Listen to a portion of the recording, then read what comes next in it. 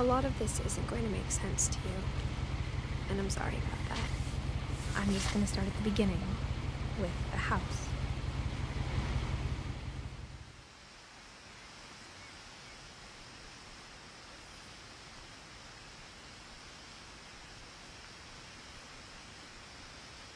Someone had put up a chain link fence, but it looked like I wasn't the first person to hop it.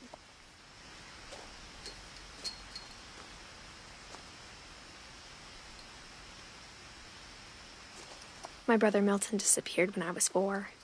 It was like the house just swallowed him up.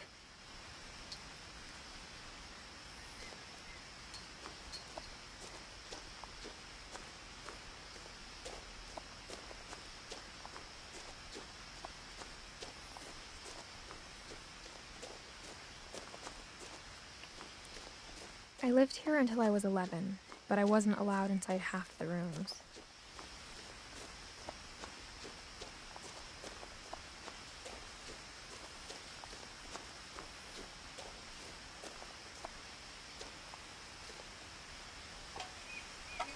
Inside the mailbox were bills from 7 years ago, marked urgent, open immediately.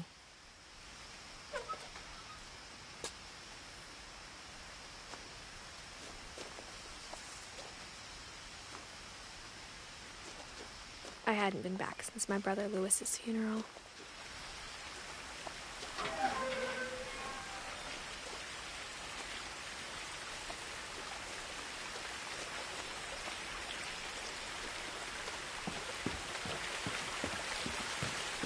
In her will, my mother left me a key, but didn't tell me what it unlocked.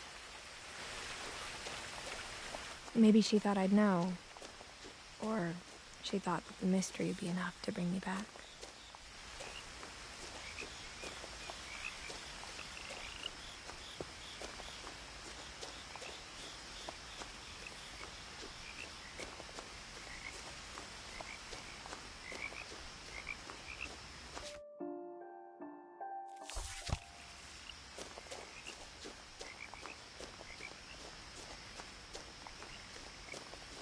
No one had driven this way in a long time, but I saw a few hoof prints.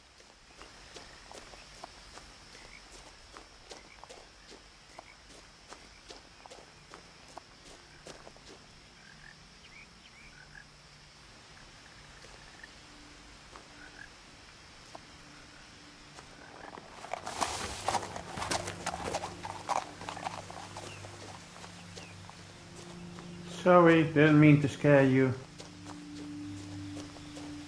The truth is, even after I inherited the house, I never thought I'd come back to it. But now I had questions about my family that only the house knew the answers to.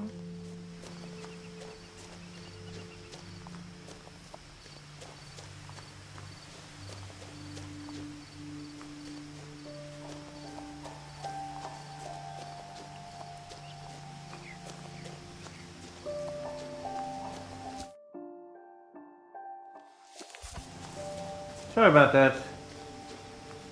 Just want to see if there's something on the second path down to the house.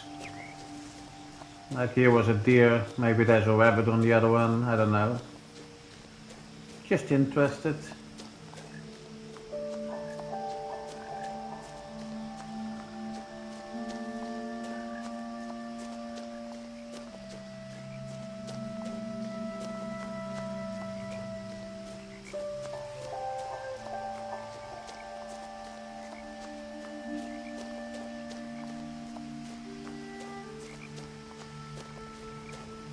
Damn, that was a long path. Forgotten about that. Ah, here it is.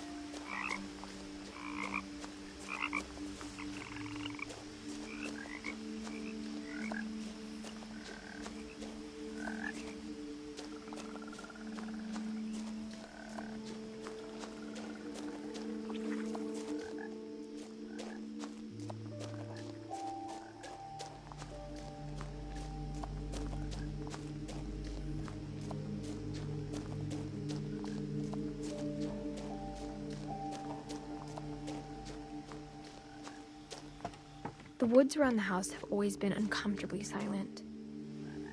As if they're about to say something, but never do. Okay, well that's already a gold trophy. All roads take both paths to the house. Eh.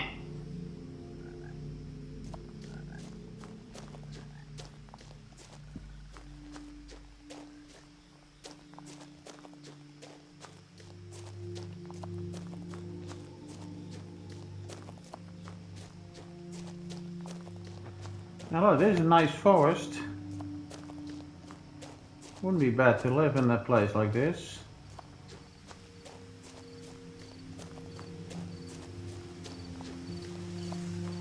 The house was exactly like I remembered it, the way I'd been dreaming about it.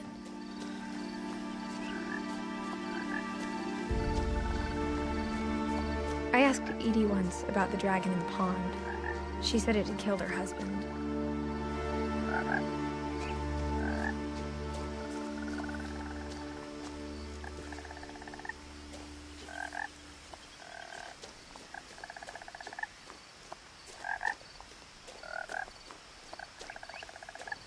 Yeah, to you too.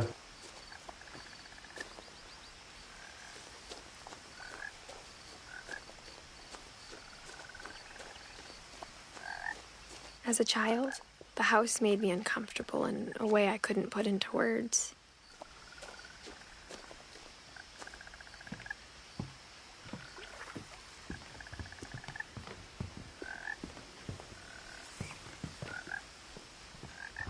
Now, as a 17-year-old, I knew exactly what those words were.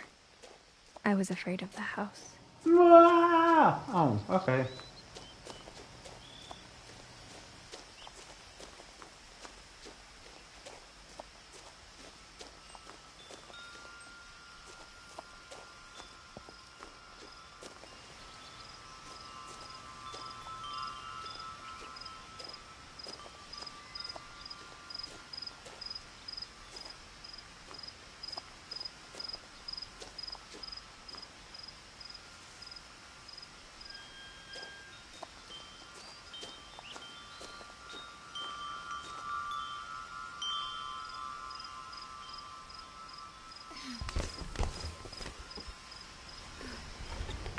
Crawling through the doggy door used to be a lot easier when I was 11.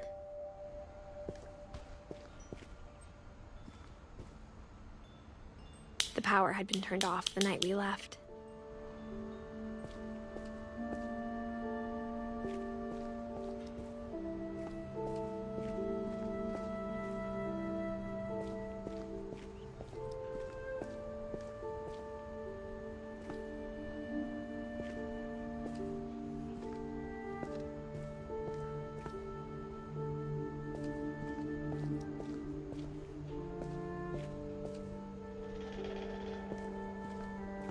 For the first time in years,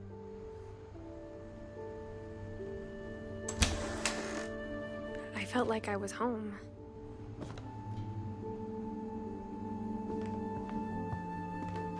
But instead of a family, there were just memories of one.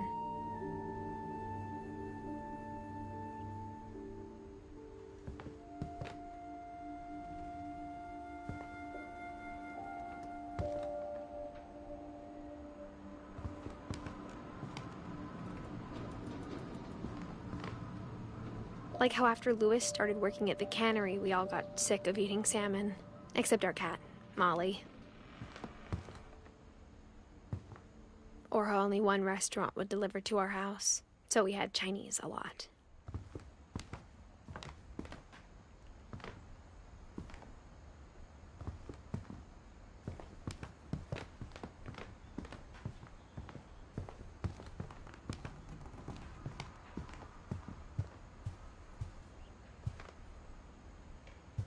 The table was still a wreck from the night we left.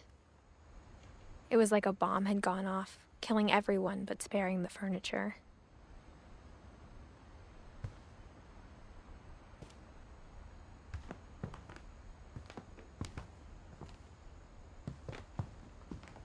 My mom was the only one of us who could imagine Great-Grandma Edie living in a nursing home.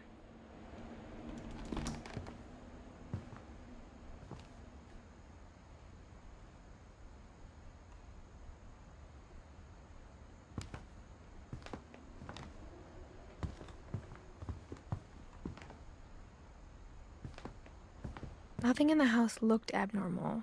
There was just too much of it, like a smile with too many teeth.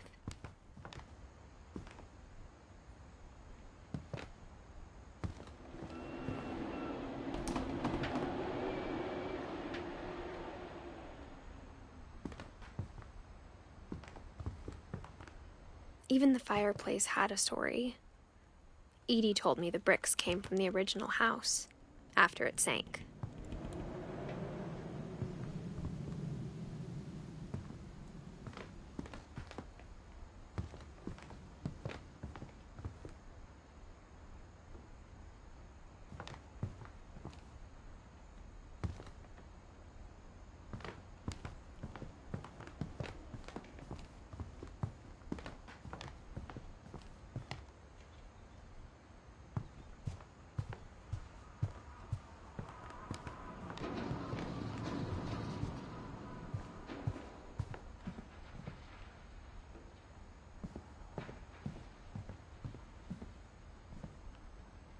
My mom wasn't much of an optimist, but she never stopped believing that my brother Milton was alive.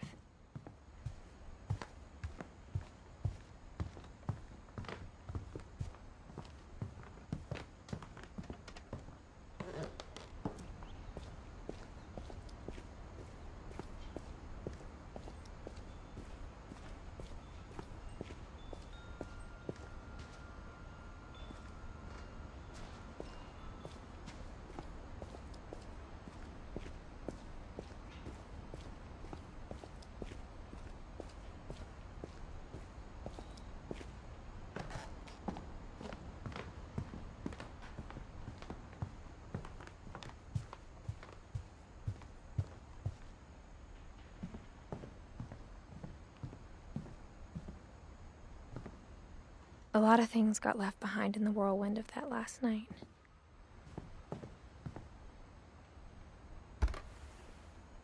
Edie told me once that every Finch who ever lived is buried somewhere in the library.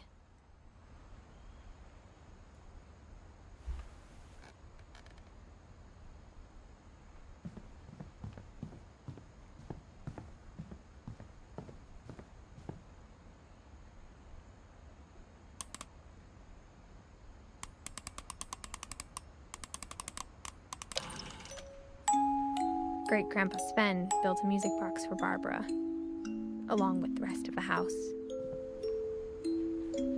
Mom always told me to stay out of the basement, so I wasn't too surprised when the key didn't fit.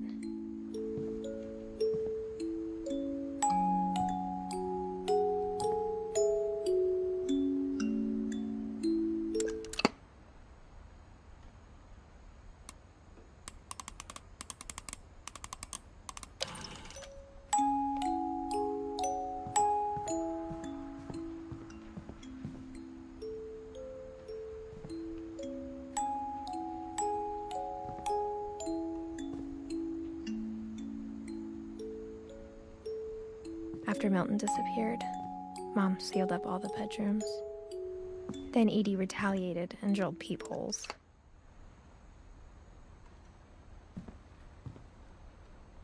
I spent a lot of time playing in Great Uncle Walter's room. I think my mom sometimes regretted not sealing it up.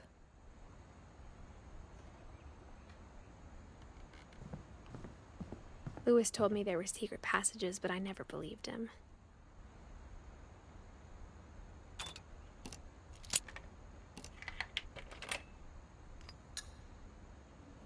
Turns out, my mom was really good at keeping secrets.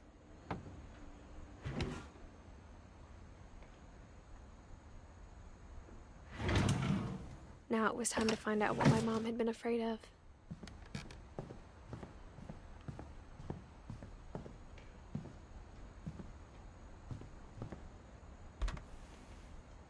Molly always seemed like a girl I could imagine being friends with, if she hadn't died in 1947.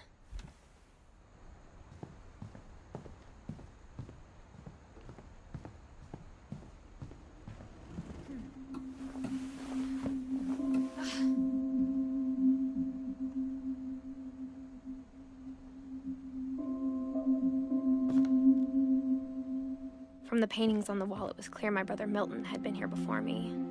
Reading this, maybe it sounds like I had a plan.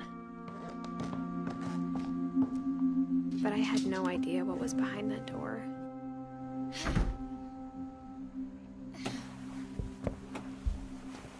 Just like I had no idea where all this was gonna lead.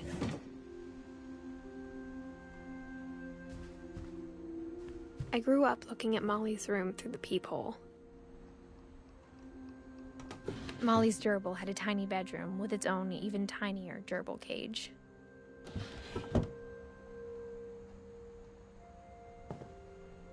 Being inside for the first time, I felt like I'd stepped behind a painting.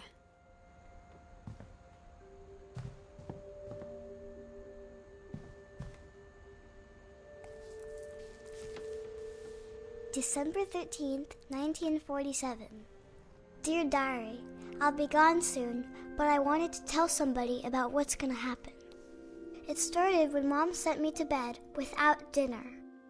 I woke up and I was starving, so I looked around for something to eat. The gerbil food was dry, but I didn't mind it.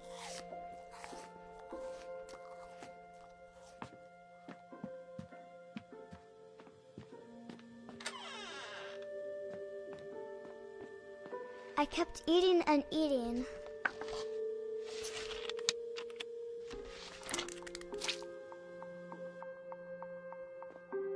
I ate a lot of things that night.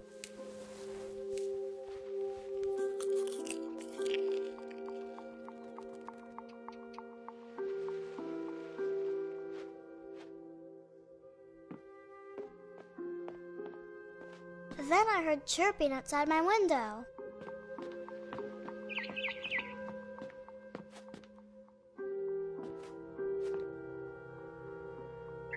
I thought about eating Christopher, but I held back. It was a barn swallow going back to her nest. I reached out for her.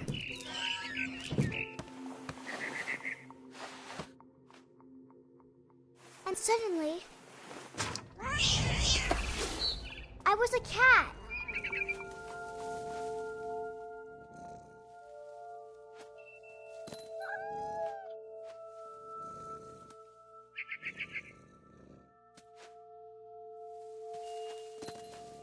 I tried to be quiet, but the bird was really scared.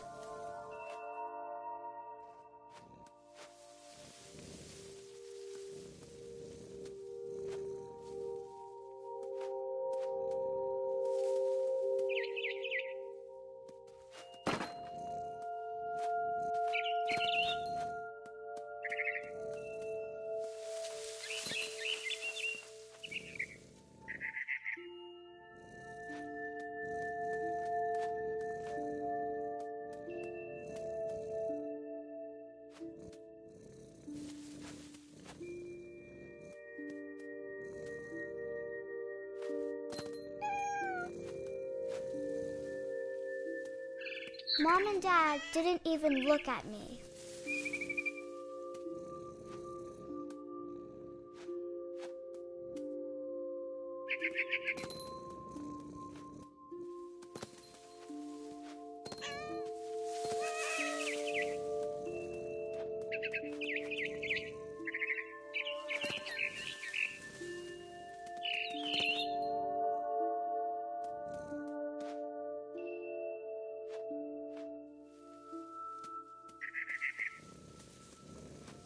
The babies were all gone.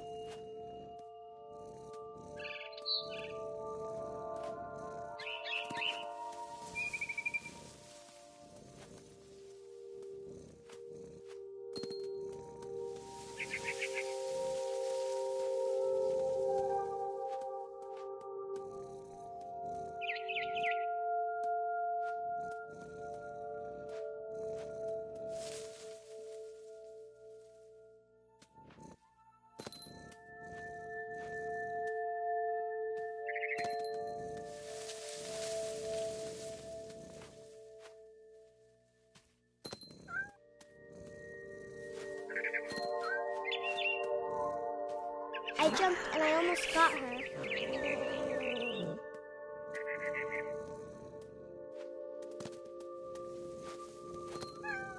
I could tell she was getting really tired.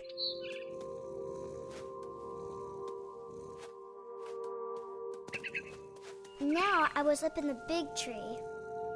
I promised Dad I wouldn't climb it anymore. All I cared about was eating that mama bird.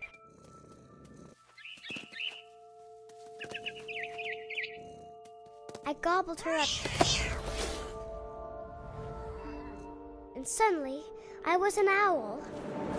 First, all I heard was the wind. Then I heard little teeth nibbling in the grass.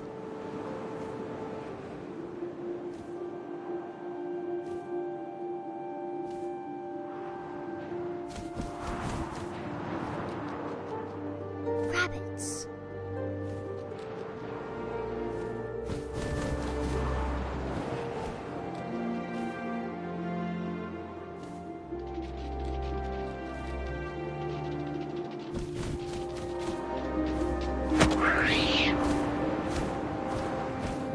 I imagined his face looking up and seeing mine through my talons. I swallowed him up, and I didn't chew one bit. Then I flew off to find something bigger.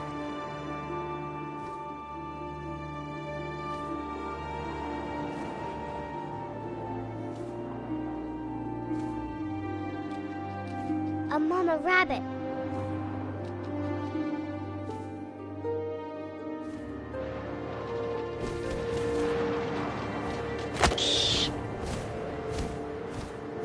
She was almost too big to carry. I started choking, but I couldn't stop eating. And suddenly, I was a shark.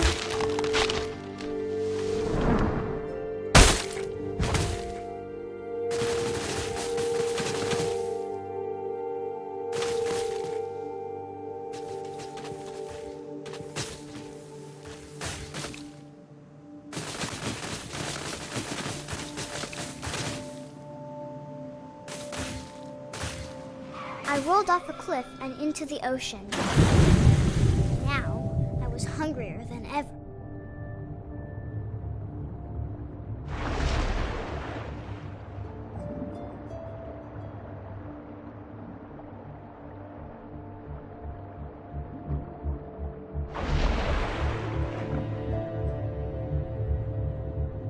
I wanted fat, juicy seals.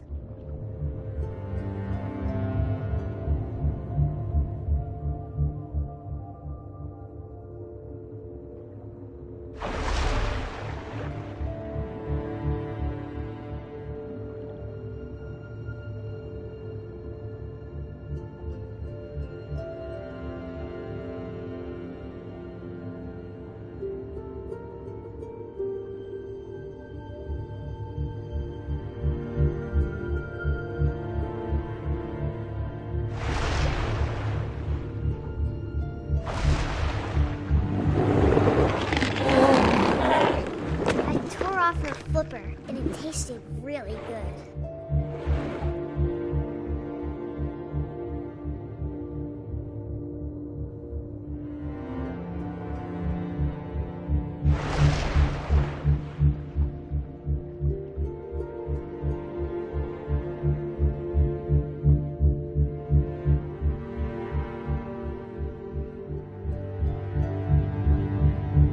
I grabbed on tight. But I was so hungry, I jumped out of the water. When I opened my eyes, everything had changed.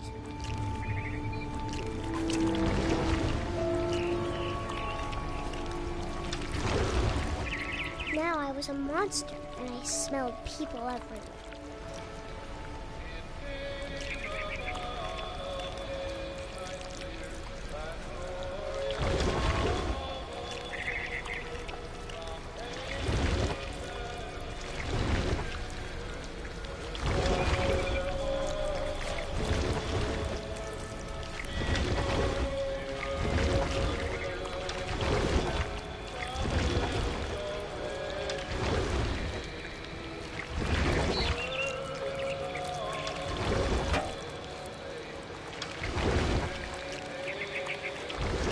I was big, but I moved real quiet.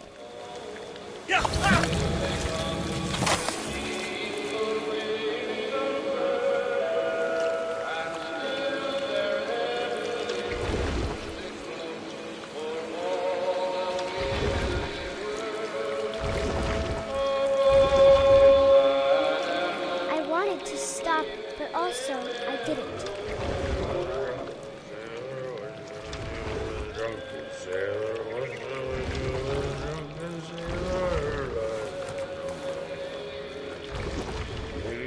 Belly with a rusty razor, belly with a rusty razor, belly with a rusty razor.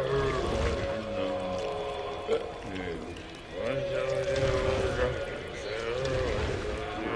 drunken sailor? After the last passenger, I was still hungry. And to cross the water, I smelled something new. Something I had to have, so I swam towards it.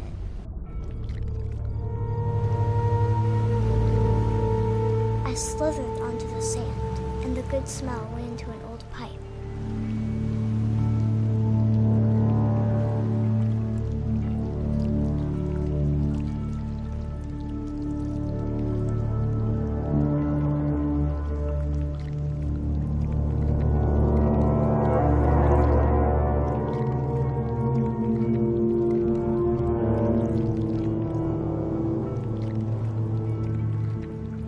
I got closer and closer.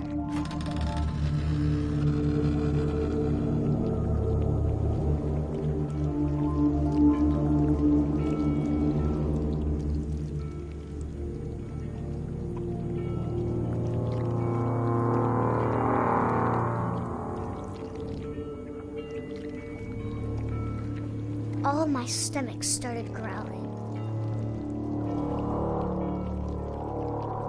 And suddenly, I was me again. I held my breath for a long time, but I couldn't hear anything. I think it's waiting for me to fall asleep. But it's not going to wait much longer. It needs to feed, and we both know I will be delicious.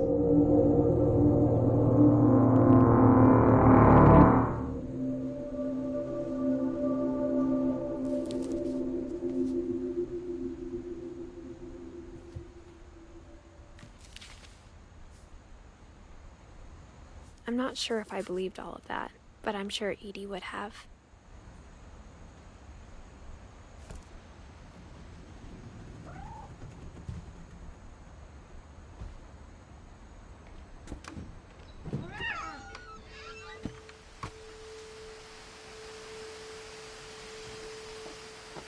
This will be obvious later, but my mom never told me any of these stories. Edie would have, but Mom didn't like bringing up the past. Though, when we adopted a stray kitten, she was the one who named it Molly.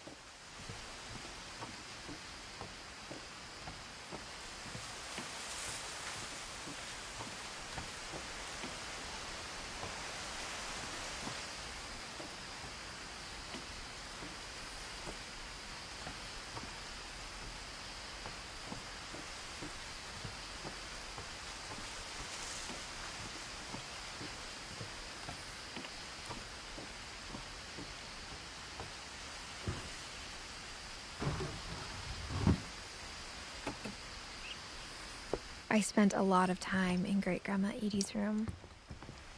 Edie knit me a new pair of gloves every year, just in time to replace the old ones. Louis died a week before we left, but Edie had already started to memorialize him. Her room was like a museum. For 500 years, the Finches have been famous throughout Norway for their fortune and misfortune. Odin Finch buries the latest victims of the family curse, his wife Ingeborg and their newborn son, Johan. On January 7th, 1937, he set sail with his family and his house, hoping to leave the curse behind. But 40-foot waves off the coast of Washington send the house and Odin to the bottom of the sea.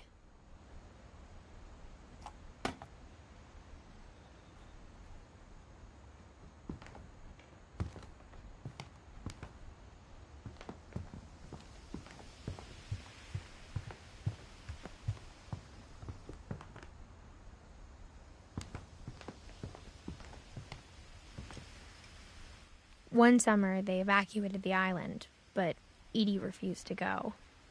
For a few weeks, she was a celebrity. I hadn't thought of myself as Edith Jr. for a long, long time. Edie gave a big interview about a mole man living under the Finch house. My mom was furious.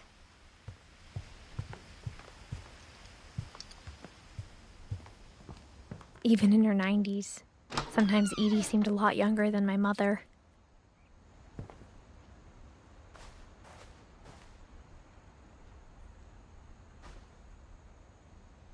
The only trace Grandpa Sam's first wife, Kay, left on the house was the pink bathroom. It was a pretty big trace.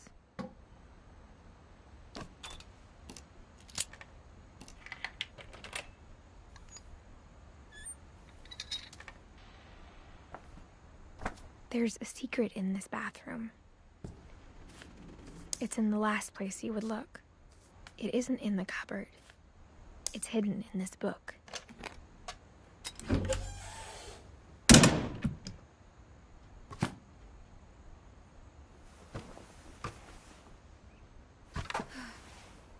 Sven gave Sam an old camera he'd refurbished. He never put it down.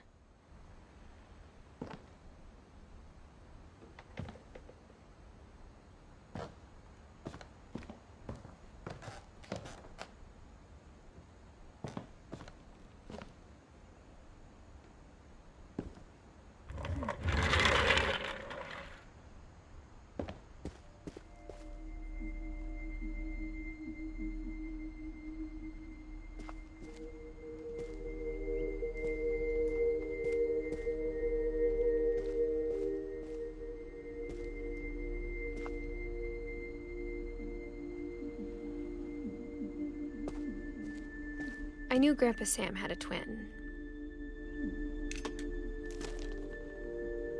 And that he never talked about him.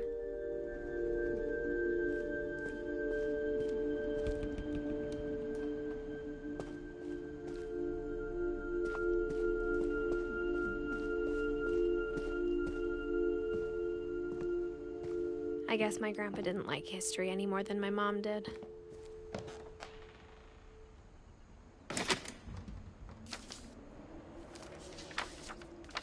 How I Want to Remember My Brother by Sam Finch. The thing I remember is that when he made up his mind, that was it.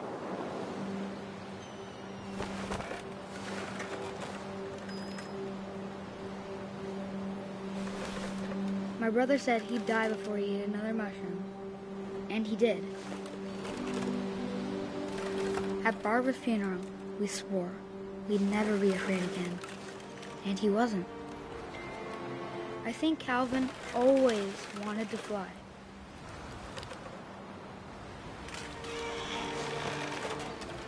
Sam! Calvin! Dinner's ready! Coming! But that day, he finally made up his mind to do it. I told him going around was impossible. Maybe if I hadn't said that. Calvin! I'm not gonna tell you again! Maybe if the wind hadn't picked up. Then maybe he'd still be here. But I doubt it. I think he'd already made up his mind.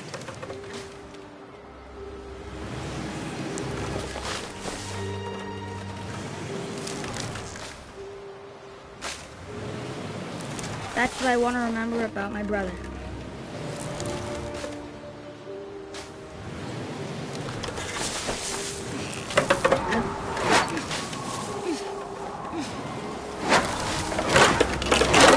The day he made up his mind to fly. And he did.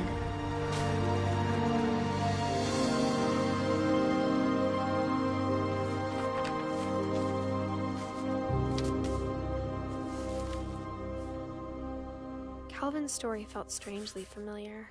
When I was younger, I remember trying to do the exact same thing. Yeah, every kid does.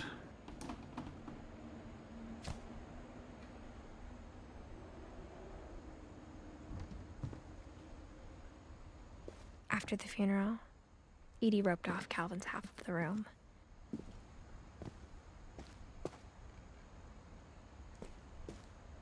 Mom said Grandpa Sam enlisted at 18 and never set foot in the room again.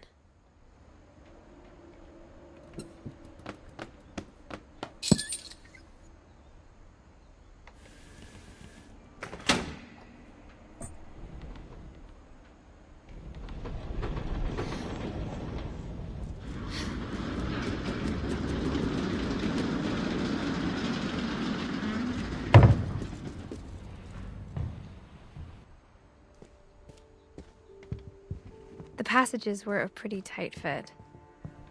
They'd obviously been built for smaller hands and bellies.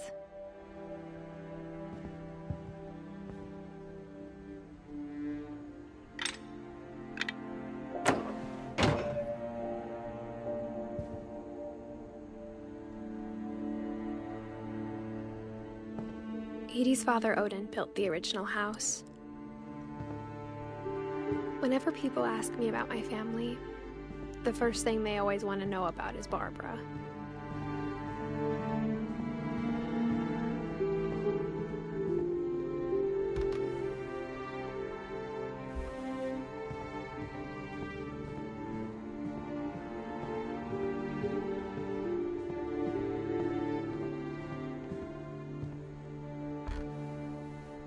The last time I was in Edith Sr.'s room, I was 10 and she was painting my portrait.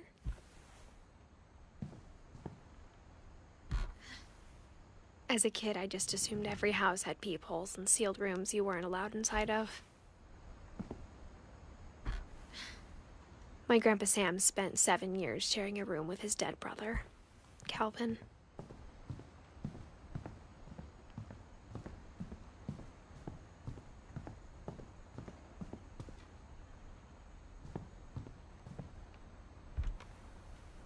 Barbara was a child star for 2 years, until America grew out of it.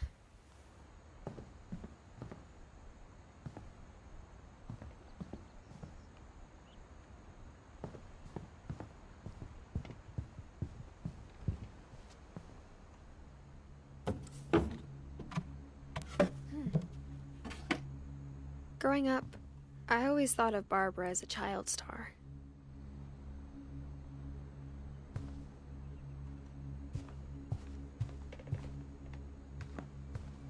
I never thought about how hard it must have been for her afterwards. Of all the stories people wrote about Barbara's death, I'm surprised Edie saved this one.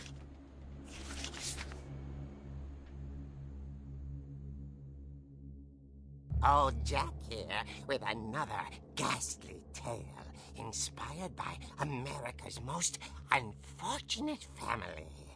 I'm calling it The Surprise Ending of Barbara Finch. As a child star, Barbara was famous for her scream. Now at 16, she was all washed up, a has-been. But in a lucky break, she'd been asked to perform her signature scream at a local convention for monster movie fans. It was just the boost her career needed. Unfortunately, her scream hadn't aged well. Getting better. I think you just need the right motivation. Her biggest fan and current boyfriend, Rick, was about to demonstrate when... Now that was a great scream.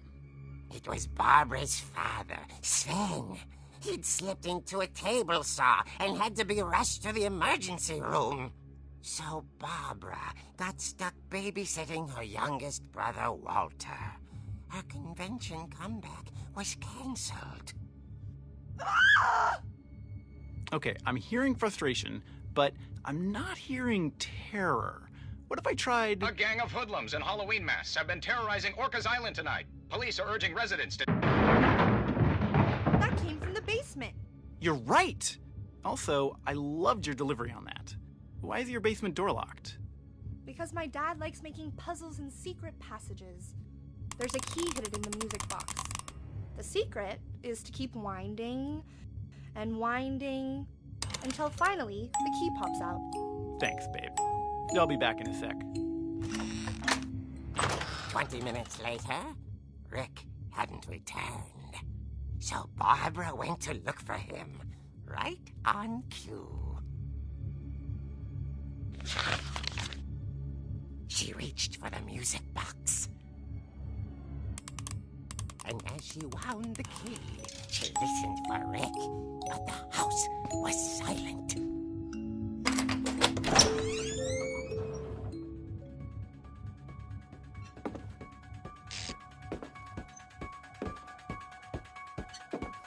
She found Rick's crutch and imagined the worst.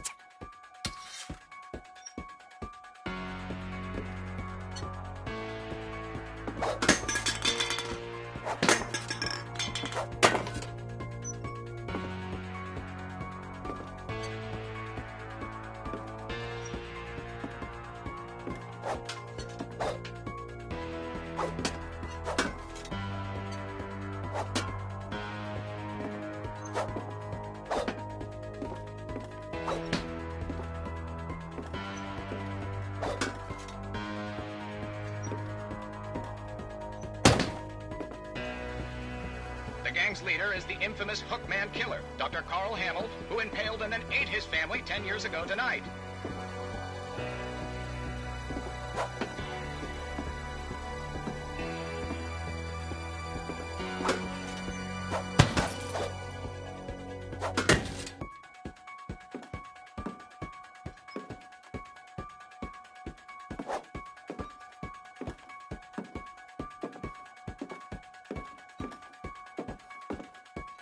The old fridge rattled and grew still. Oh dear! Oh! Rick? Barb, relax. I was just trying to scare you to help you find your scream. Well, I'm not scared, Rick. I'm furious.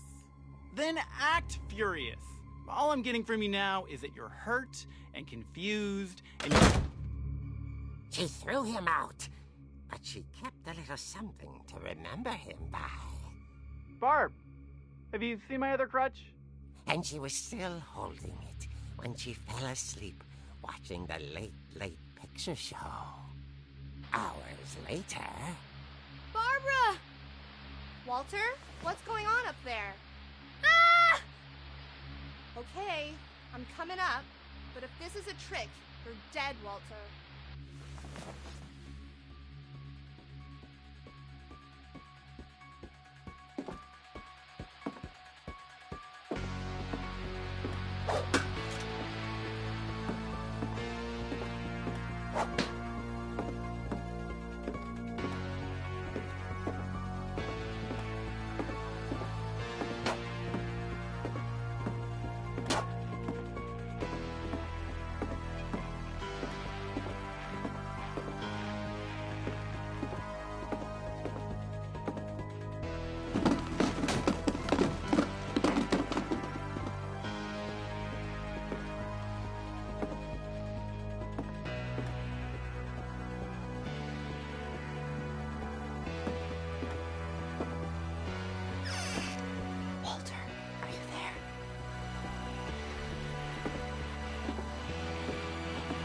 Walter had vanished, but his bedside radio was still on.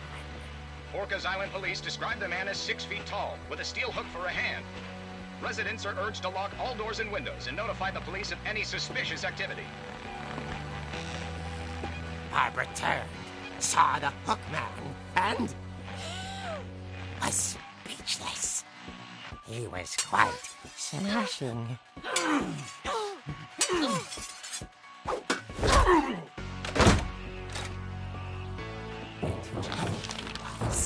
He couldn't get enough of Barbara. Okay, Barbara, there's gotta be another way out of here.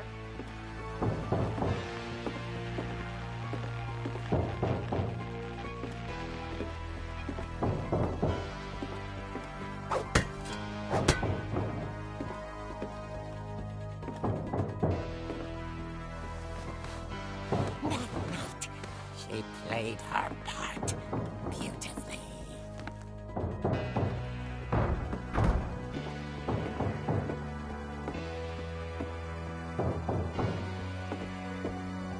She thought about abandoning Walter, but just couldn't do it.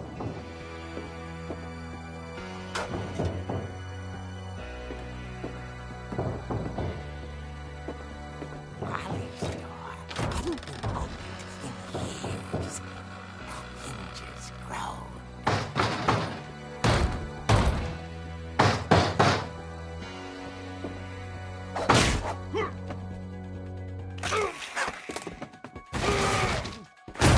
He wasn't moving, but she sensed the story might not be over yet.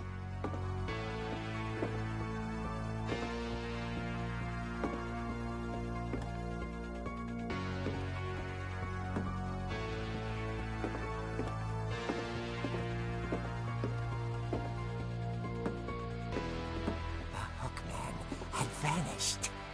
She listened for his breathing, but all she heard was...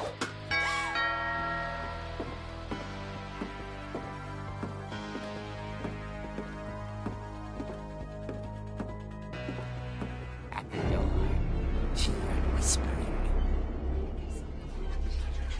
It was coming from inside the house.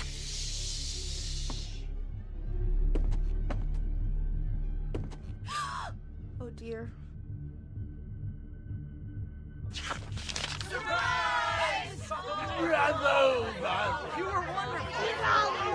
The monsters had come to surprise her. For Barbara, it was a dream come true. Then she saw what kind of monsters they were, and she realized what was about to happen. She was going to be famous. And with her final breath, Barbara Finch gave the performance of her life.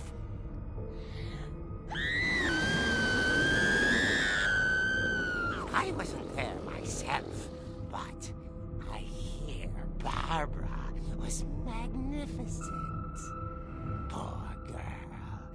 She had a taste for stardom. But unfortunately, so did her fans. Of course, the police blamed it all on poor Rick, who disappeared the same night. And little Walter? Hiding under his bed the whole time. He took it all pretty hard, but that's another story. As for Barbara, tucked inside the music box is all they ever found of her. Her ear. Now that's what I call a real eerie tale.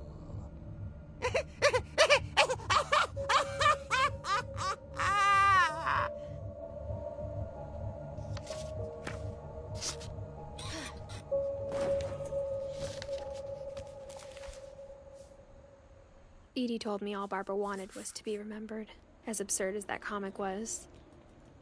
Maybe what Edie saw was a happy ending.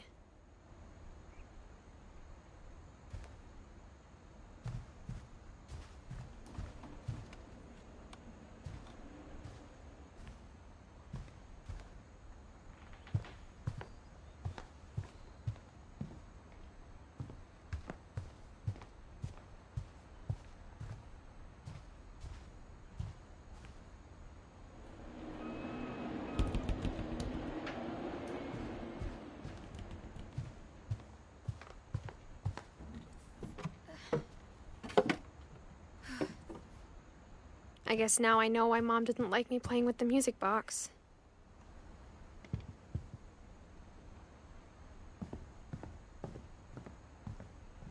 It's funny. All those times I played with the music box and never found the basement key. Until now, dearie.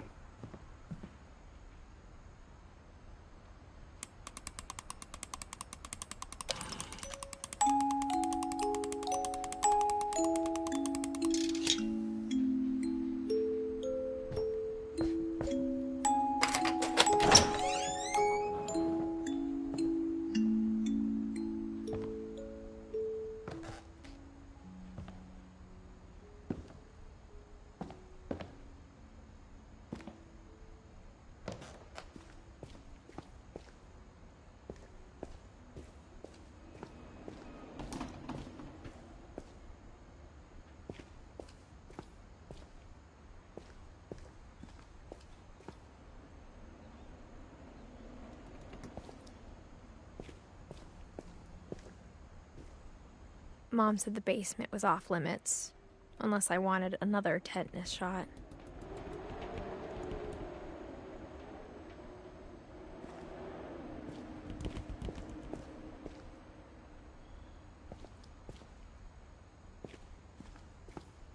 I saw Edie sneak down to the basement once, carrying packages.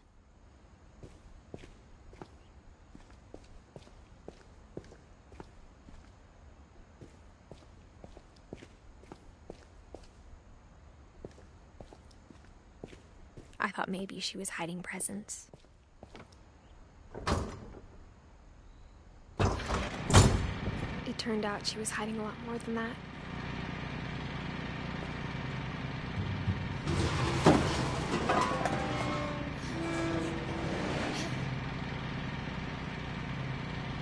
I remember asking Mom once about where Walter had gone. She said after Barbara died, he got as far away as he could. If there's a pattern in all these stories, I think it's that none of us has gotten very far.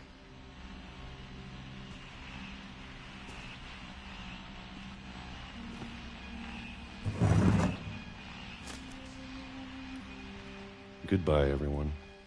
I can't believe I've been down here for 30 years.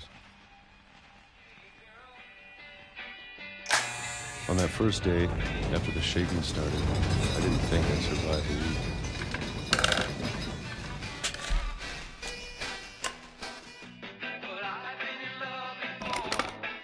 But after a few days, I settled into a routine.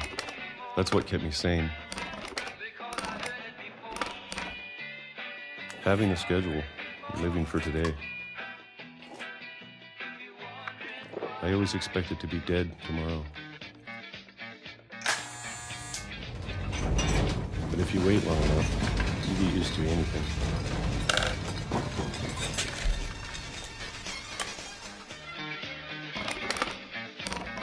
Even a monster on the other side of the door starts to feel normal.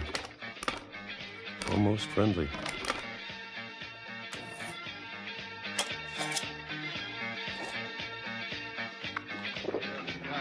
And then one day, everything just stopped. Whatever that thing was, it was gone. Maybe it got tired of waiting. Or maybe I just got tired of being afraid.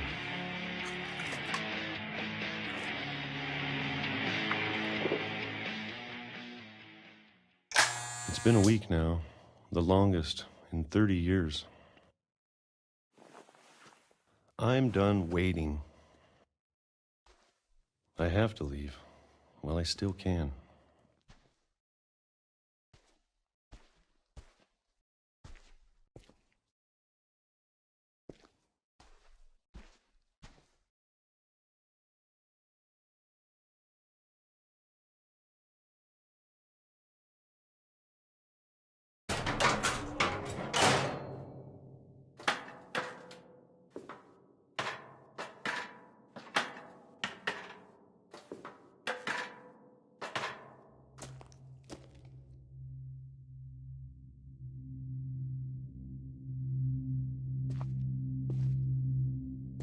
I know it's out there, somewhere. Whatever killed Barbara and Molly and Calvin.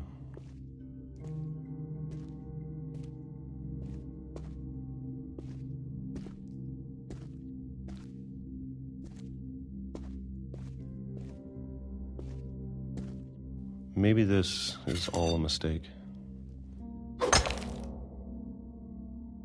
But I need to stop living the same day, even if it kills me.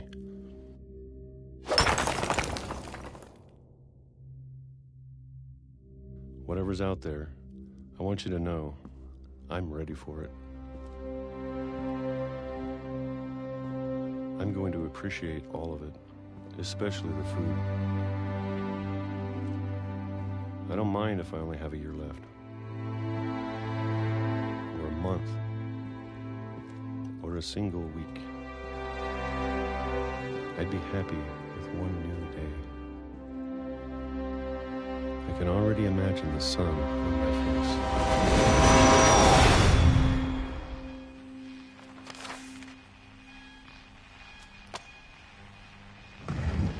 How could he write that last part?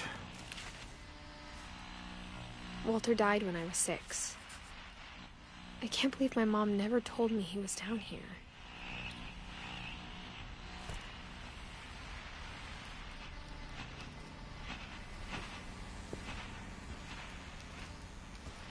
I'm sure my mom was trying to protect me.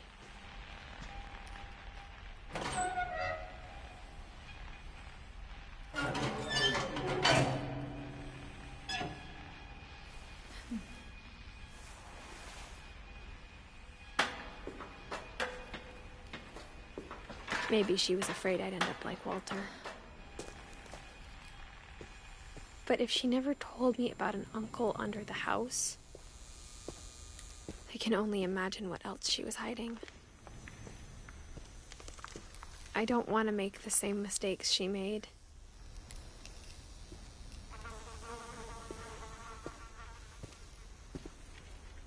Trying to bury something that's still alive.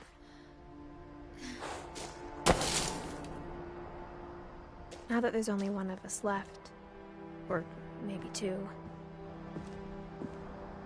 I thought it was time I heard the stories for myself and found out what happened to everyone else. But now I'm worried the stories themselves might be the problem. Maybe we believed so much in a family curse, we made it real.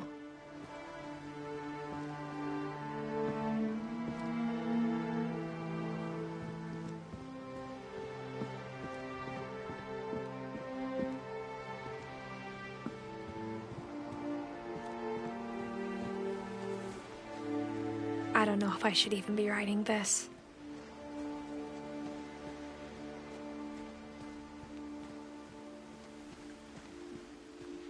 Maybe it'd be better if all this just died with me.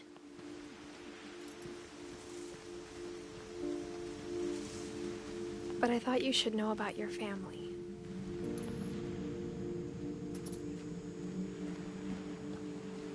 And the history you're a part of.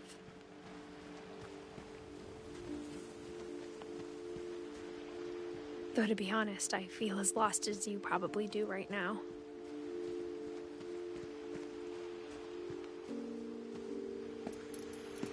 I think the people in these stories believed them, for what that's worth.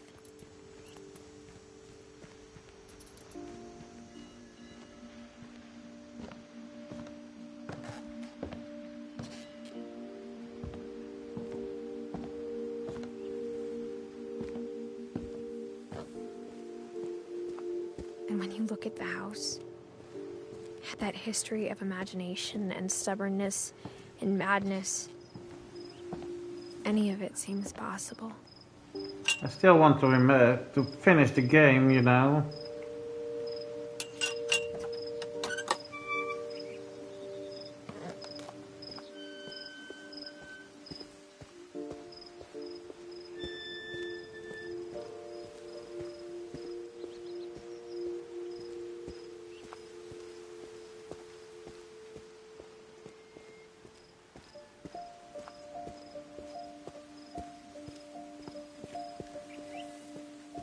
I think we've been surrounded by death for so long, we've just gotten used to it. What kind of family finishes building a cemetery before starting the house? Okay, so the basement is It's embarrassing for me end. to admit this, but the pet cemetery made me more uncomfortable than the human one. 3 of the gerbils are mine, and 2 had been my fault. Sven built the house, but it was Edie who designed the cemetery.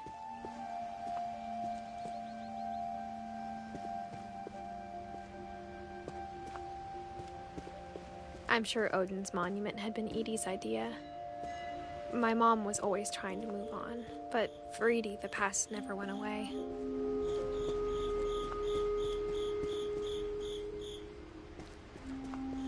She could see it poking out of the water at low tide.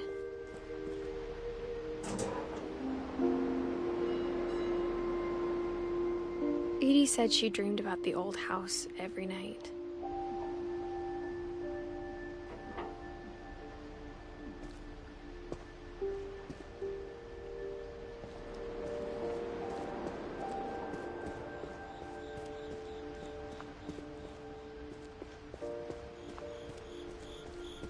Edie's side was always easier for me to understand.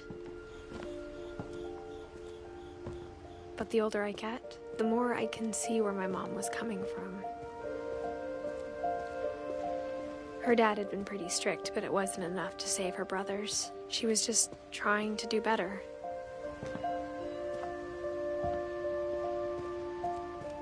She lost 2 of her brothers, just like I did. I get why she tried so hard to protect us. There's so many things I wish I could ask my mom now. Part of me thinks this is what she wanted all along. For me to come back someday and find everything out for myself.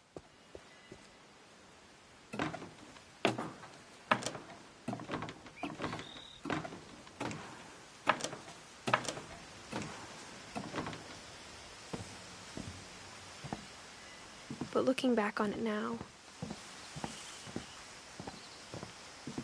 if she told me there was going to be so much climbing, I never would have come when I was 22 weeks pregnant.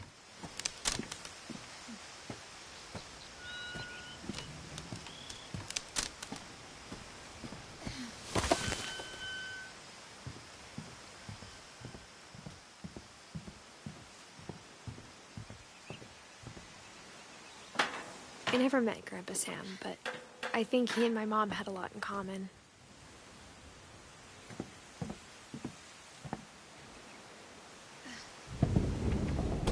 They were both pretty intense.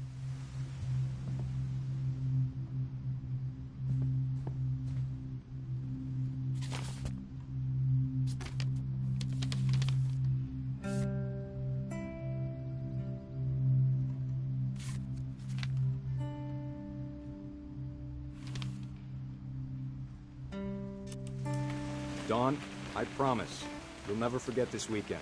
Yes, sir. These memories are gonna last a lifetime. Hmm? Am I gonna have to shoot anything? It's a hunting trip, Dawn. Shooting is strongly encouraged.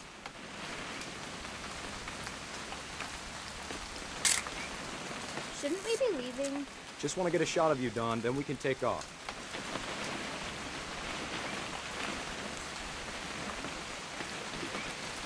What? Perfect. It's gonna rain the whole weekend, isn't it?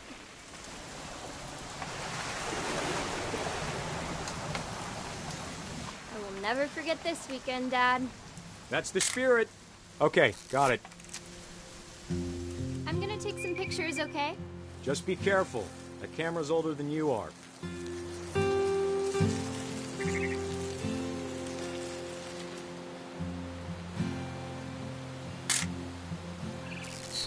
You're right, Dad. It's starting to clear up. Still freezing, though.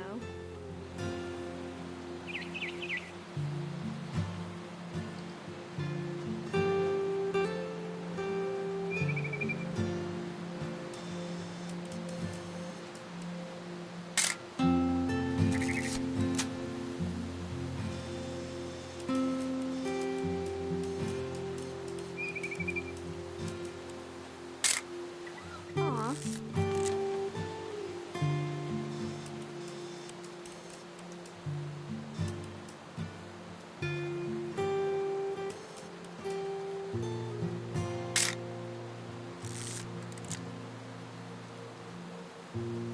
Definitely should not have drunk all that coffee. Hey! That's a keeper. Hold still while I take a picture of you. I'm just saying, I'm not always gonna be here, Dawn. You'll need to remember this stuff, if you want to survive. I'll be fine, Dad. You know who else thought he was gonna be fine? Some guy who died. Dawn, I'm being serious. I know, Dad. You're always serious. Doesn't being out here make you want to chill out? Well, to tell you the truth, I haven't been out here in 20 years.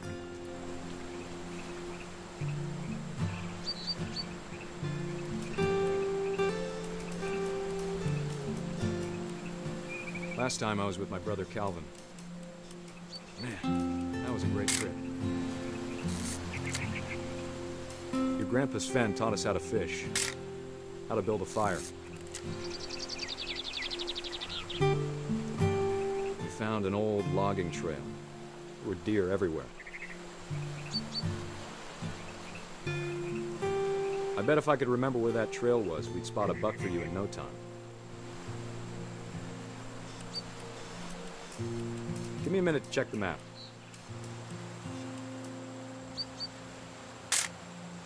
Dawn, don't you think you could find something more interesting to photograph?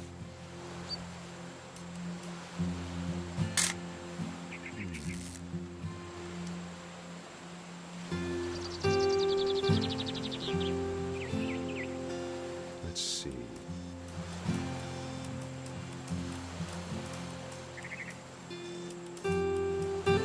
Maybe.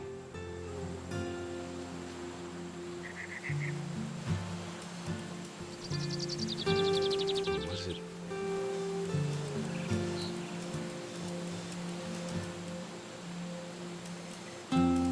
Could have been.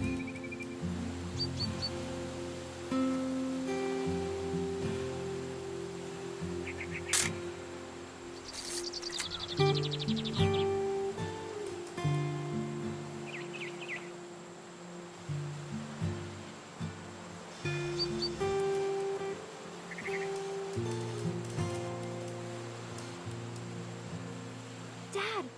Good eyes, Dawn. Before you take the shot, let me get a picture of you.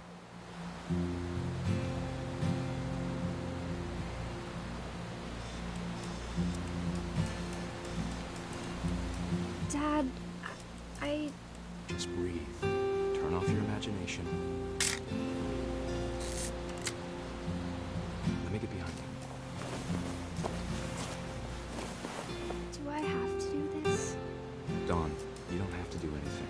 But if you want to survive, you'll need to be strong.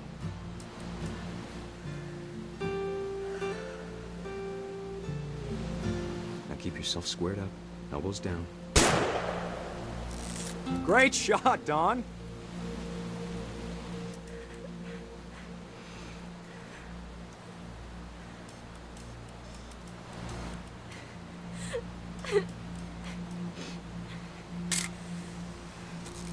I'm proud of you, Dawn.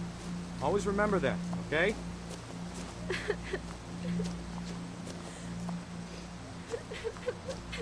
Dad, it's twitching. I think That's it's totally so... normal, Dawn. Just focus on the camera. Try not to think about... Dad!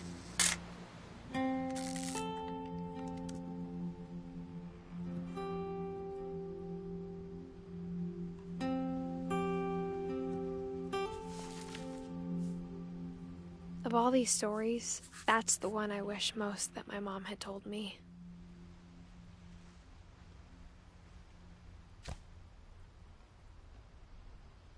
Sam spent his life shooting photos, but Mom said he got nervous being in front of the camera.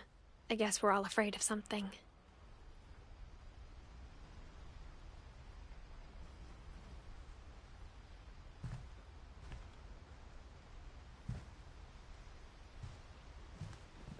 Instead of hiding from death, Sam seemed to go out of his way to meet it.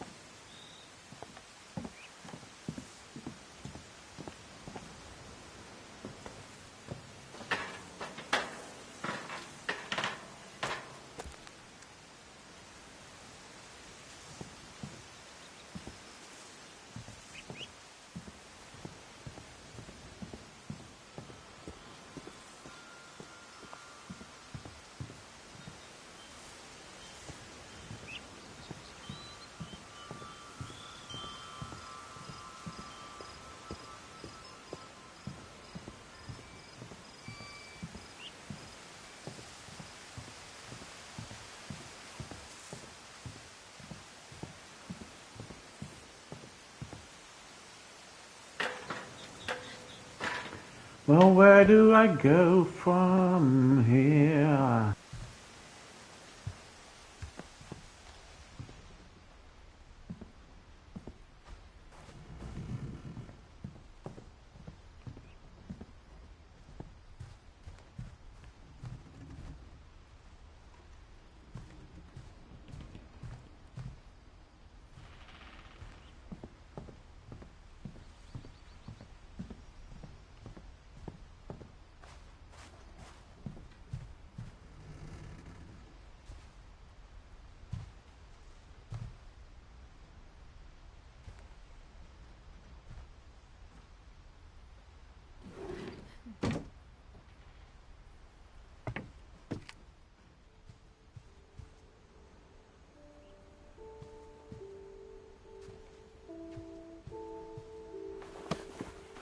After Sam died, my mom and Edie got really close. They'd both lost a lot.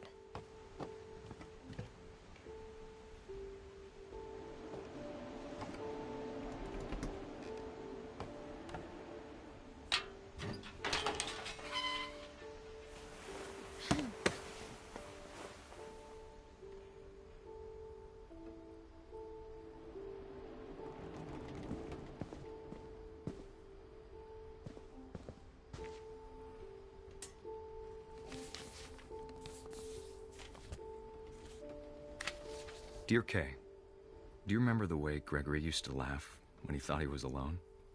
Like something funny was happening, but only he could see it.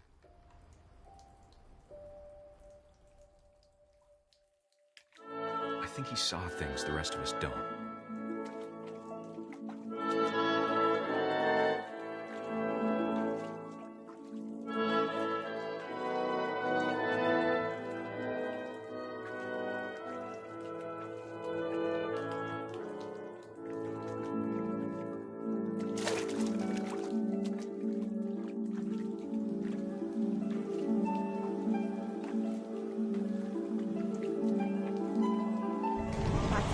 Gregory, it's time to...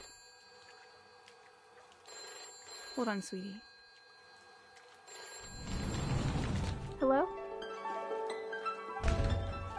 Sam, I told you I don't want to talk right now. I wonder what he saw.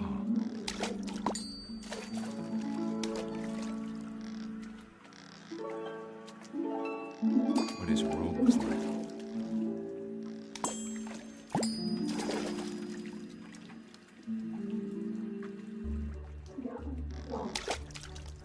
Reminded me so much of Calvin. Lost in his imagination. Whatever it was, he saw.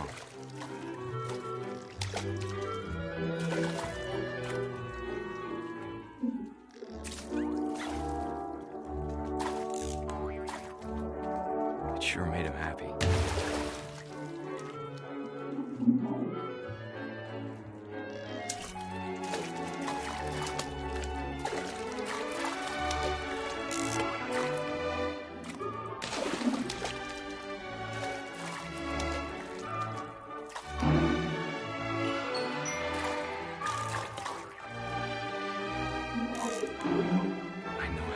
Sounds.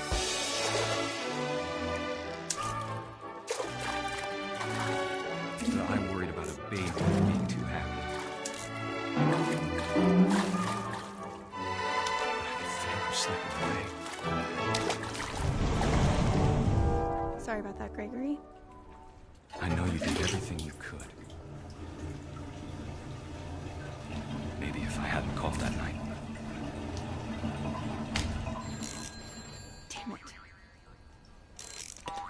Hold on, I don't want Gregory to hear this.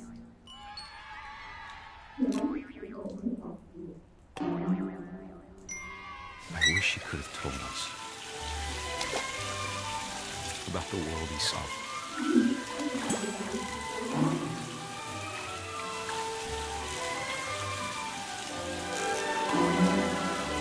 There's so much I don't understand. About Gregory. About everything.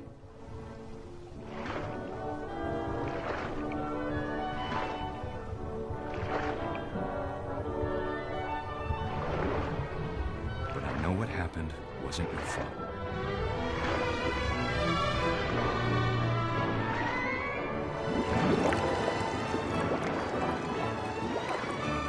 I'm sure he's happy. And he'd want you to be happy too. Good luck, Kay. Love, Sam.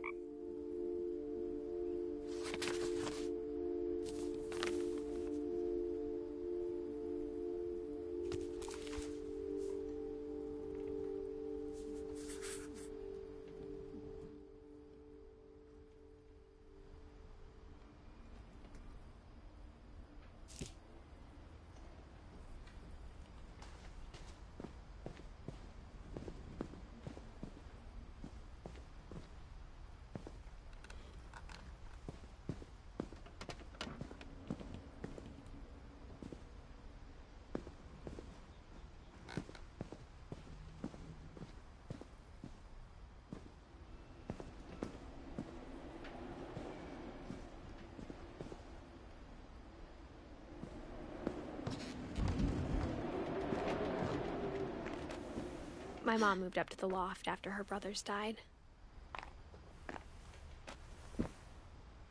At the time, it was as far away as she could get.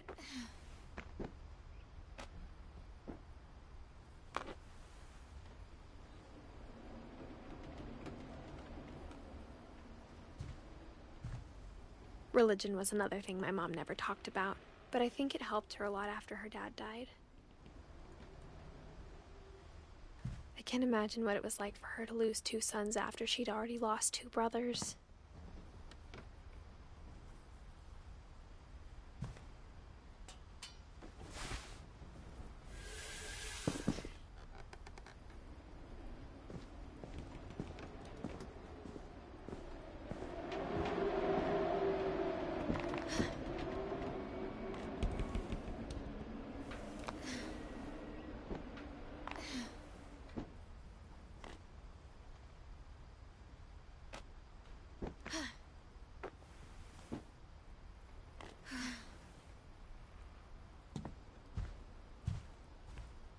She spent a summer building houses in Calcutta, where she met my dad, Sanjay.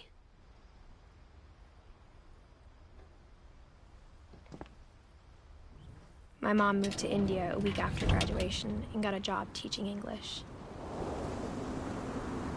Louis was born a year later.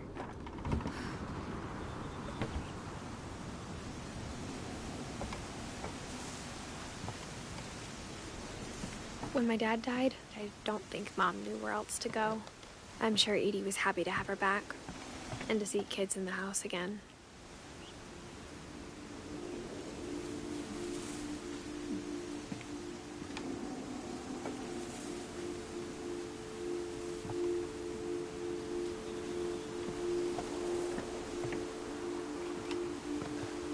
The house had to get a little bigger, but Edie was used to that.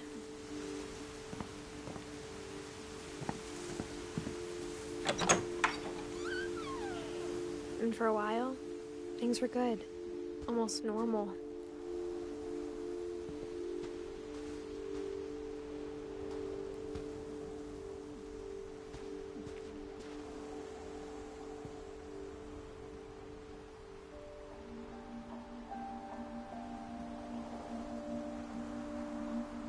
But it didn't last.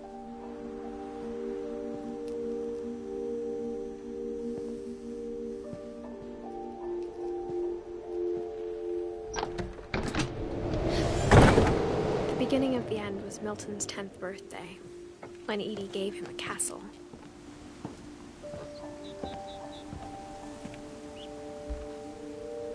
After Milton disappeared, the only thing he left behind was a room full of paintings.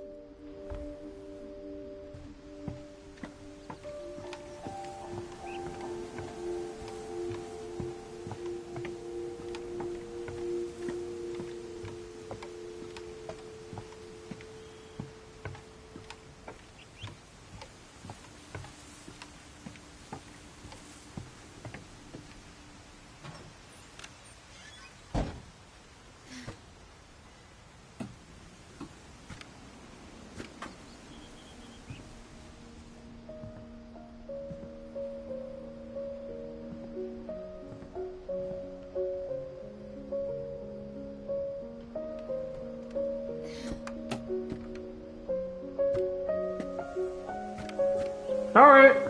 Let's go back in.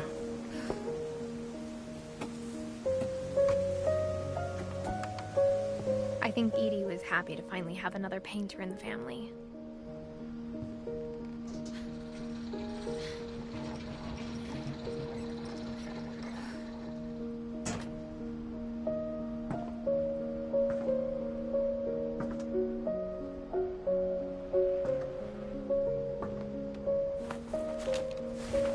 Milton Finch in The Magic Paintbrush.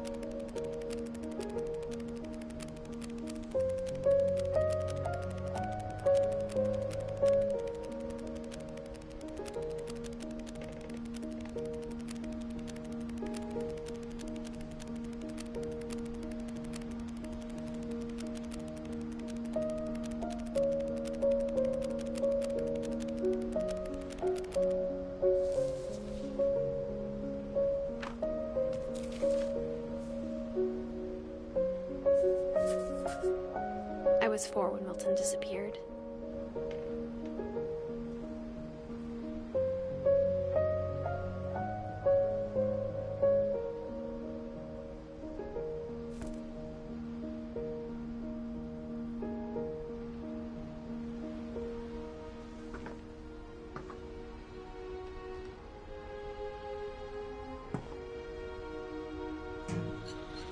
Mom spent months searching for my brother.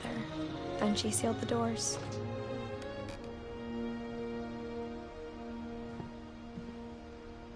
Whatever Milton had found in the house, Mom didn't want it getting out.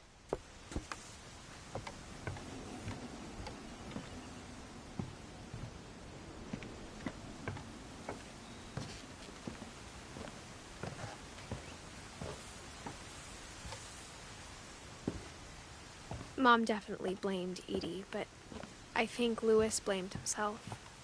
After he graduated, he just spent more and more time in his room. Until Mom got him a job at the cannery. Everyone always told me to stay out of Louis's room. Except Louis.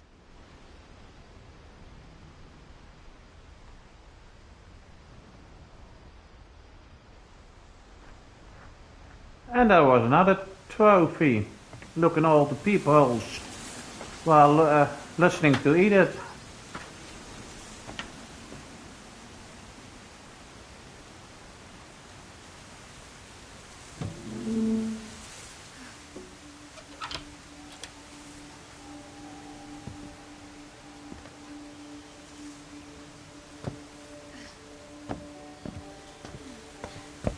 Louis's room smelled very, very familiar.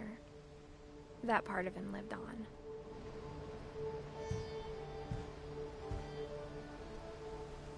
Louis and I spent a lot of time playing games together, but he was surprisingly bad at them. He died a lot.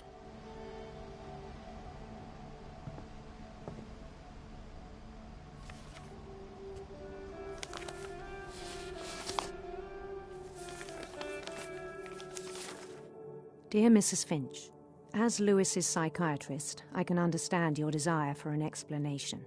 As I see it, the trouble began in January, shortly after we convinced your son to seek treatment for substance abuse.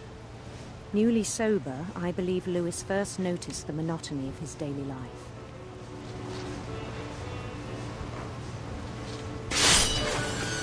He kept working at the cannery, but he withdrew part of himself. In our sessions, I saw the same behavior. His mind began to wander. I asked him to describe it. He said he started small, imagining a labyrinth. He'd feel his way about. Then something moved. Bats. And toads.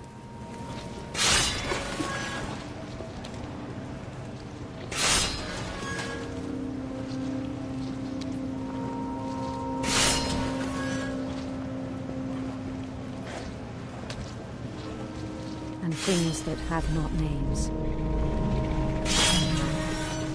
He knew it was all in his head. But he took it very seriously. I had hoped he'd find himself.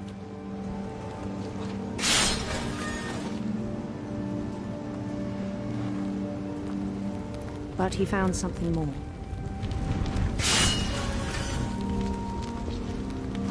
I worried about him then. Daydreaming at the cannery. I spoke with his boss. But he said Lewis had become a model employee. Methodical, tireless, focused.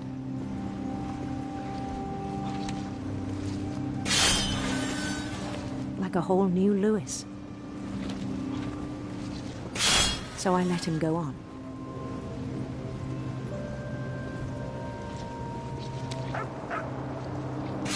I even encouraged him. It seemed very promising at first.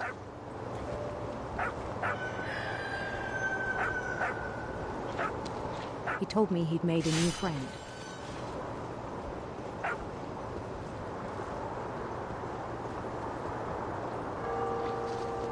On the edge of a city he named Lewis Topia. He built the city up slowly, brick by brick.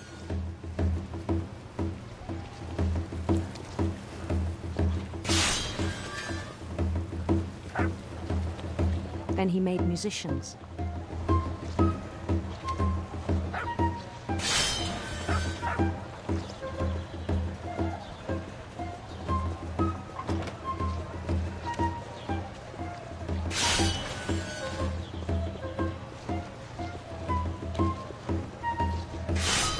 And songs for them to play.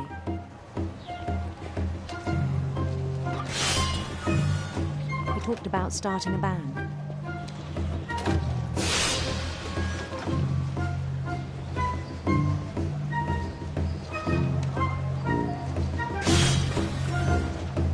He was always humming something. Every day his imagination grew stronger.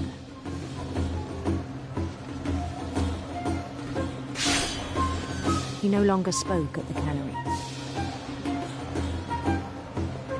But his chopping was as reliable as ever. Then one day it struck him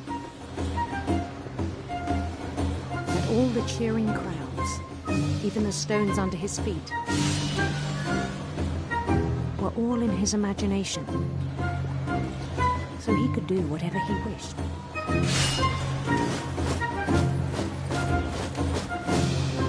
He held an election for mayor, and he won. They begged him to stay, but his mind was already wandering. It became a game for him.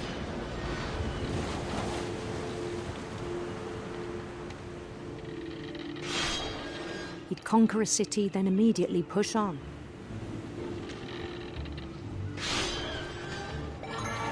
New Louisville.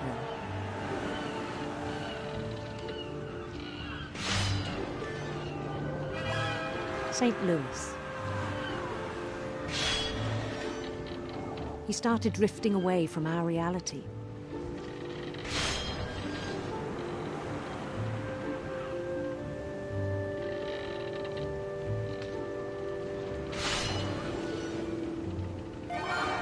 Minneapolis, until one day he forgot to go home from the cannery. Even as his mother pleaded with him, part of Lewis kept sailing on.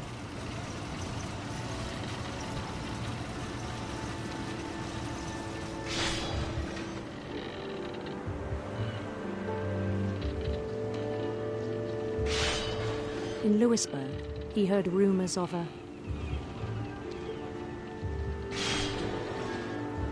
handsome queen.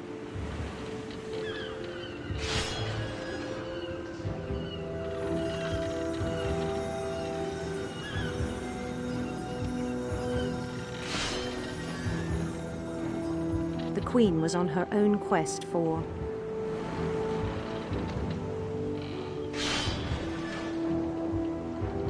sinister serpents.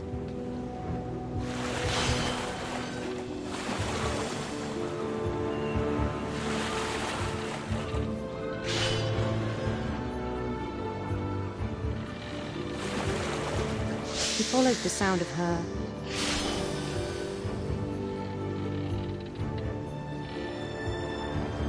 silver harp.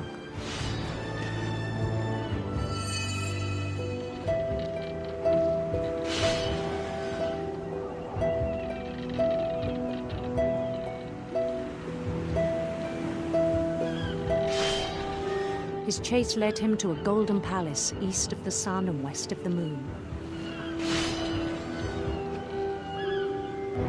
Even then, his logic remained sound. He knew the world was all in his imagination.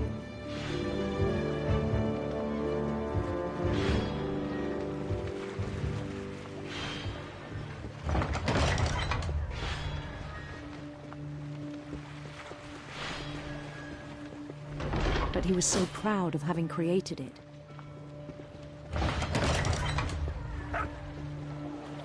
In his own eyes, he'd become something greater than a king.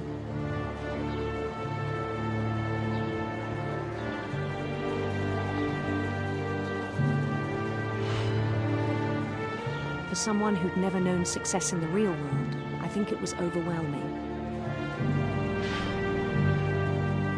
And then it struck him that the real Louis was not the one chopping salmon, but the one climbing the steps of a golden palace.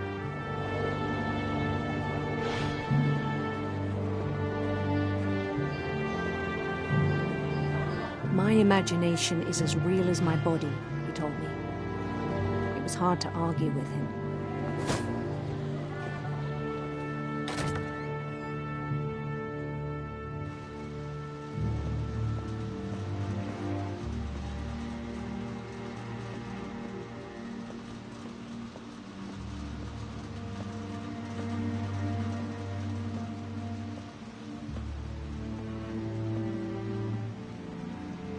Began to forget the world we know.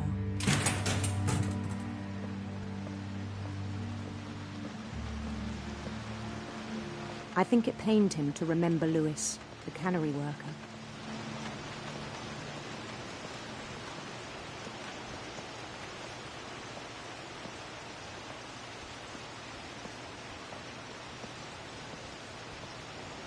He began to despise the man with a royal contempt.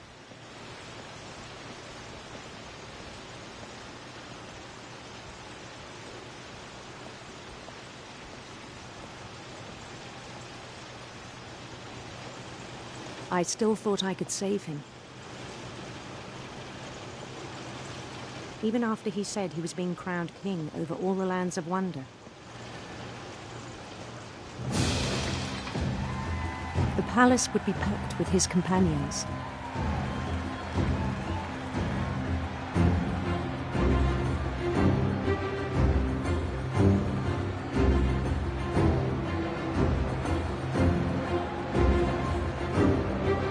Including the wise Calico who'd insisted on inviting him.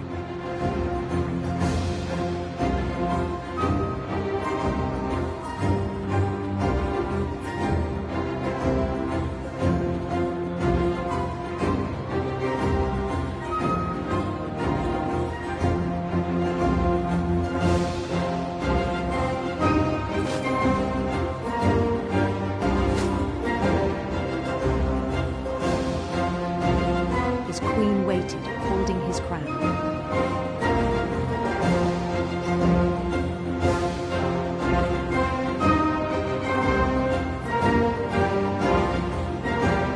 There was only one thing left to do.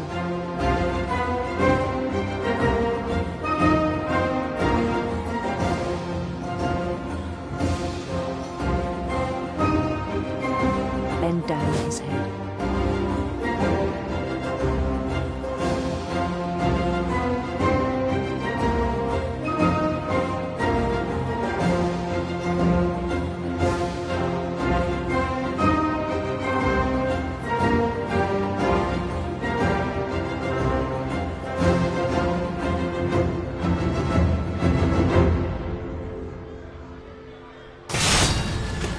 I think you know.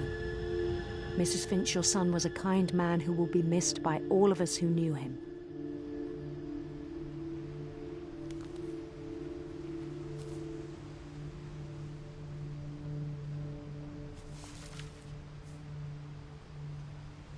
My brother was really cool. I wish you could have met him.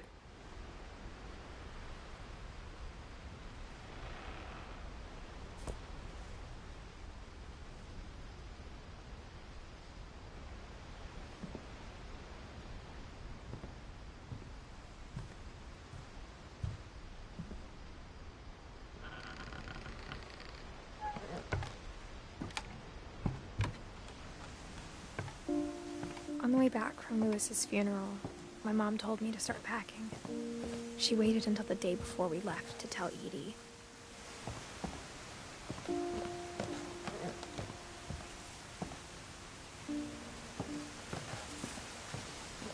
I'm not sure if she wanted to make it easier or harder. The last one. I wish we'd stayed. But I understand why we left.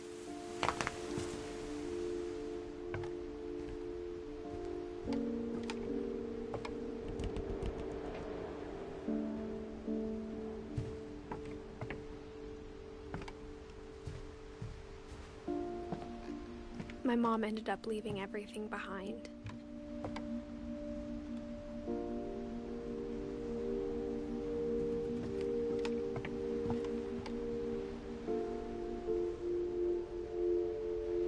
Yeah, Tom French. Yeah.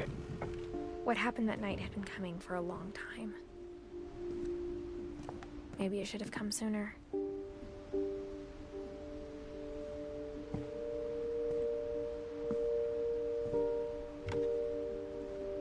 But it had to end one way or another. All that's left now is to tell you about that last night.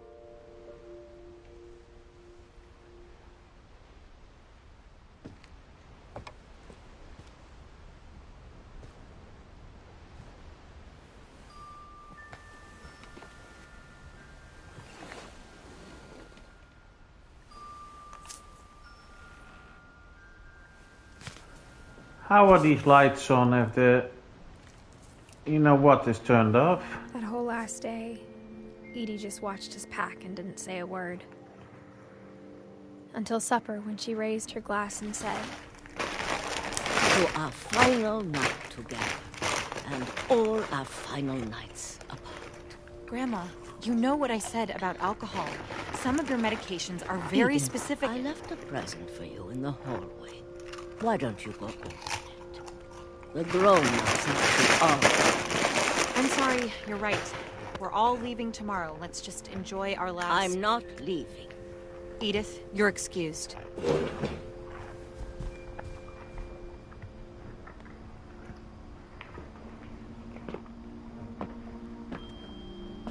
The power had been shut off that morning, but Edie always had plenty of candles. When my mom sealed the library, I don't think she knew about the other entrance. Or that Edie had a key to it.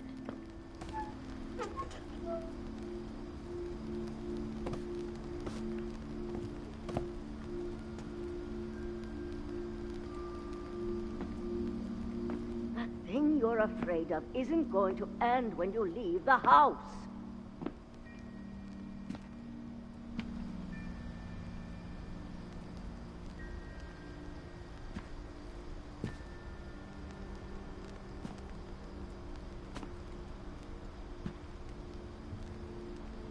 Edith has a right to know these stories. My children are dead because of your stories.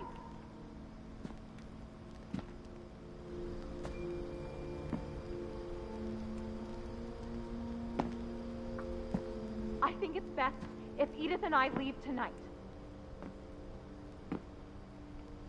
We'll have the nursing home send a van for you in the morning, okay?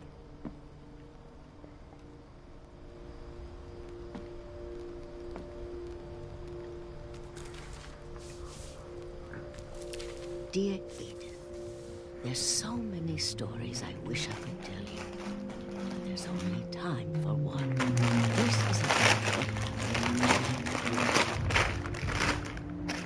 That night, the tide went way, way out.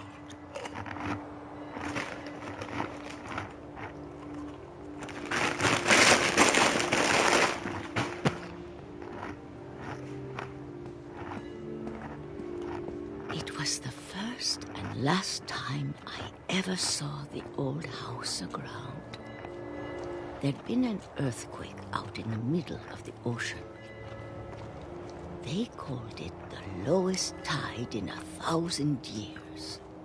God, it smelled awful. You know, I've seen I truly believe you, sorry. every day of my life.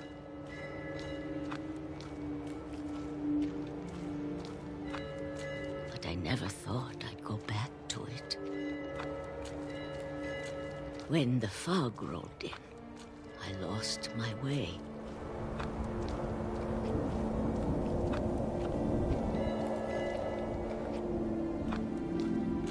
I got turned around.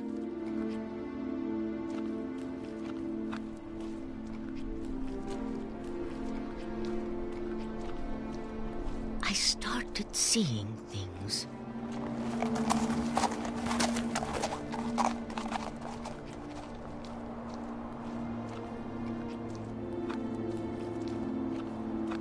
Things I'd forgotten had ever existed.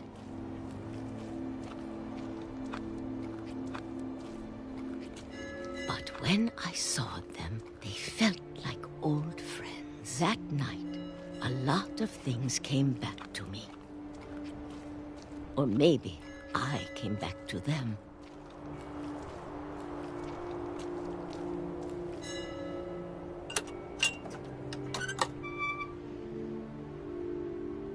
Things I can't explain, but that I need you to try and... Edith, what are you doing in here? It's mine. Edith! Mom, you're gonna rip it! Let go! I kicked and screamed, but Mom dragged me to the car.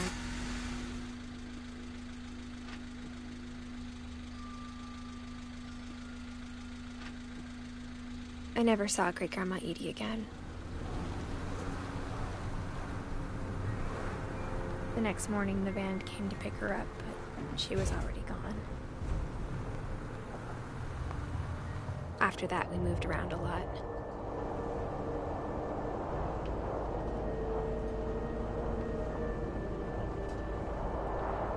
We both tried to make the best of it.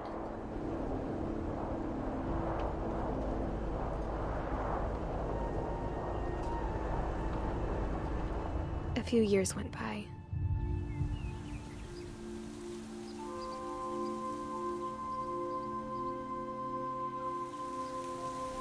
My mom didn't like to talk about it. But she started getting sick a lot.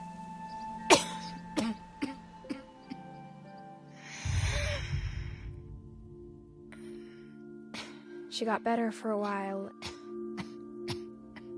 and then she didn't. And then I was alone. Yeah, that is a terrible disease. The last Finch left alive. Well, that's a cheery Until I thought. found out about you. I'm still not sure what to tell you about all this. If we lived forever, maybe we'd have time to understand things. But as it is, I think the best we can do is try to open our eyes. And appreciate how strange and brief all of this is.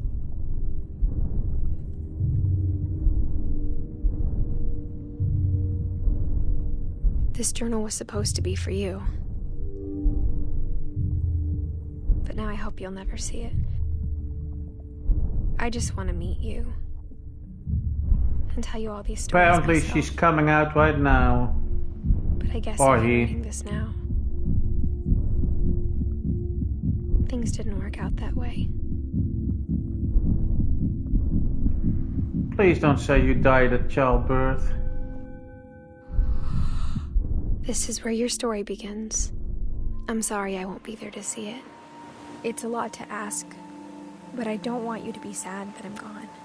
I want you to be amazed that any of us ever had a chance to be here at all. Good luck.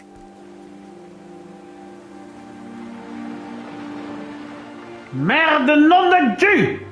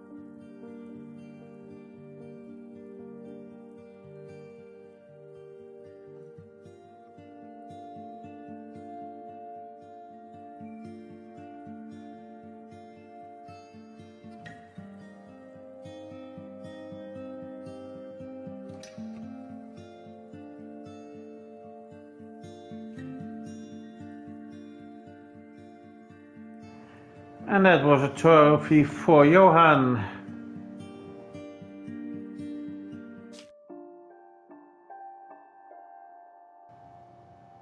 Well, I forgot some things, so I need to replay some things as well. Apparently. But that will be for this evening. Thanks for joining. Hope you enjoyed it and have a pleasant rest of your day.